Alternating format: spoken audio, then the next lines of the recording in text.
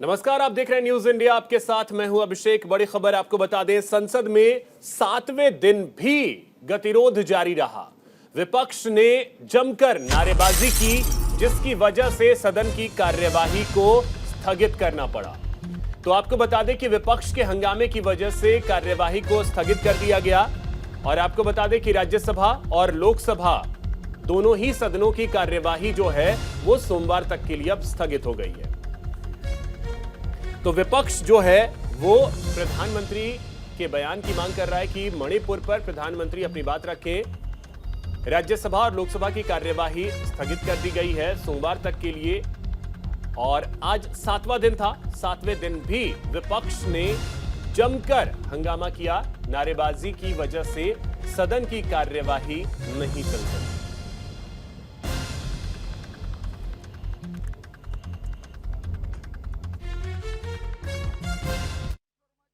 भाई मैं तो कहता हूँ बीजेपी को इतना परेशान होने की क्या जरूरत है। वो अपना काम कर रहे हैं, हम अपना काम कर रहे हैं, विपक्ष अपना काम कर रहा है। तो विपक्षी एकता से इतनी परेशानी क्यों है कि दिन भर विपक्षी एकता का जो नाम इंडिया रखा गया उसको गालियां देना, बार बार कहना कि ये जो है नाम वही है लेकिन वही लोग हैं वही लोग हैं। तो ये तो वही लोग इतिहास है जिन्होंने 10 साल बेस्ट मनमोहन सिंह की सरकार चलाई थी, आर्थिक सुधार किए थे। आज उसी के बल पे तो सरकार अपना जो है वो कर रही है, पब्लिसिटी ले रही है। बाकी सरकार में तो और क्या हुआ। जब आप चूज करते हैं अपने टॉपिक्स को, अपनी बातों को रखने के लिए और जनता के पक्ष में अपनी भावना को दर्शाने के लिए, ये दर्शाता है कि आप सेलेक्टिव हैं। जब अपने पक्ष, अपनी सरकार, अपने गठबंधन के लोगों की बात आती है तो आप मौन हो जाते हैं। उस पर मुख्यमंत्री जी की जुबान बंगाल पे नहीं खुलती, अपने राज्य में नहीं खुलती। यहाँ पे डेलीगेशन ये लोग भेज रहे हैं मणिपुर, पर जब अपने प्रदेश की बात आती है, बगल का डिस्ट्रिक्ट है बेगूसराय, वहाँ नहीं जाएंगे, कटिहार वहाँ नहीं जाएंगे, पर दूसरे राज्यों में भ्रमण करने का मुख्यमंत्री जी के पास समय। तो ये दर्शाता है कि विपक्ष की सोच सिर्फ और सिर्फ इन तमाम विषयों का राजनीतिकरण करने की ही है। तो देखिए, अधिक जानकारी के साथ हमारे सहयोगी गौरव मिश्रा हमारे साथ जुड़ गए। गौरव, अगर हम इन 7 दिनों को देखें तो 7 दिनों में स्थिति यही रही है कि सदन में कार्यवाही के नाम पे शून्य जैसा लगता है।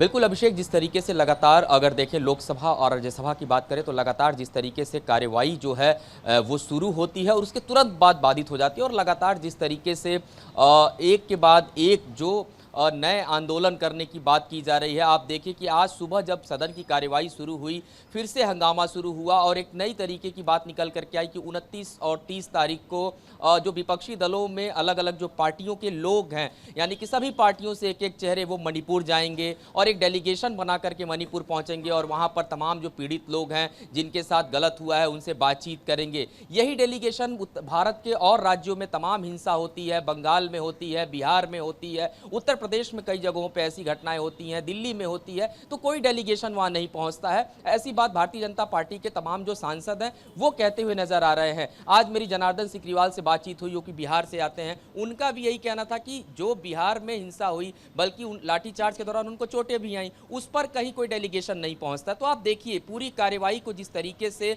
मणिपुर के इर्द गिर्द में आकर के बार बार हंगामा करना और दोनों सदनों की कार्यवाही को रोकना, यह दर्शाता है कि चर्चा आगे नहीं होनी है। और इस बीच आप देखिए, कल की अगर मैं बात करूं तो कल भी बार बार स्पीकर के कहने के बावजूद भी सदन की जो गरिमा है उसको तार तार करने की जो कोशिशें वो की गई।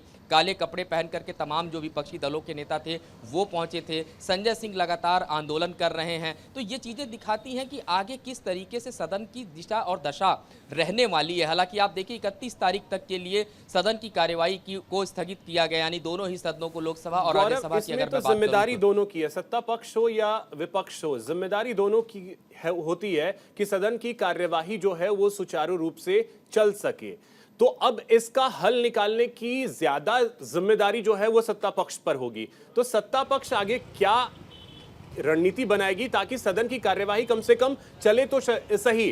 क्योंकि हमने ये देखा है कि लोकसभा में अध्यक्ष बार बार ये कहते हैं कम से कम प्रश्नकाल तो आप चलने दीजिए, शून्यकाल में बाकी चीजों को देख लेंगे, लेकिन प्रश्नकाल शुरू भी नहीं हो पाता है। बिल्कुल, देखिए इसको लेकर के खास रणनीति जो है वो बनाई जाएगी और लगातार गृह मंत्री अमित शाह भी तमाम पार्टियों के जो लोग हैं उनके साथ भी वार्ता कर रहे हैं, बातचीत कर रहे हैं। मणिपुर के मसले पर भी जिस तरीके से लगातार आप देखिए कि गृह मंत्रालय ने राज्य सरकार के अनुमति के साथ इसमें सीबीआई जांच की जो मांग है वो लगातार हो रही थी। सीबीआई की जांच अब इसमें शुरू हो जाएगी, यानी कि अब जिस तरीके से एक्शन जो मणिपुर में जो एक्शन चाह रहा था विपक्ष की क्या कार्रवाई केंद्र सरकार की तरफ से की जा रही है उसकी शुरुआत हो चुकी है। एक हलफनामा भी सुप्रीम कोर्ट ने जो मांगा था आज उसको दाखिल करना था, लेकिन जो चीफ जस्टिस थे वो अवकाश पर हैं, इस वजह से भी ये चीज़ें नहीं आगे बढ़ सकी, तो इस पर सुनवाई आज नहीं हो सकी। तो जो प्रक्रियाएं हैं वो लगातार चल रही हैं। हालांकि मणिपुर के हालात की अगर बात करें तो उसको लेकर के भी गृह मंत्रालय लगातार जो है वहाँ की जो राज्य सरकार जो वहाँ के मुख्यमंत्री हैं उनके साथ बातचीत का जो क्रम है लगातार बना हुआ है। और आप देखिए कि जब पूरी बात। बहुत शुक्रिया गौरव आपका तमाम जानकारी के लिए, बहुत शुक्रिया आपका।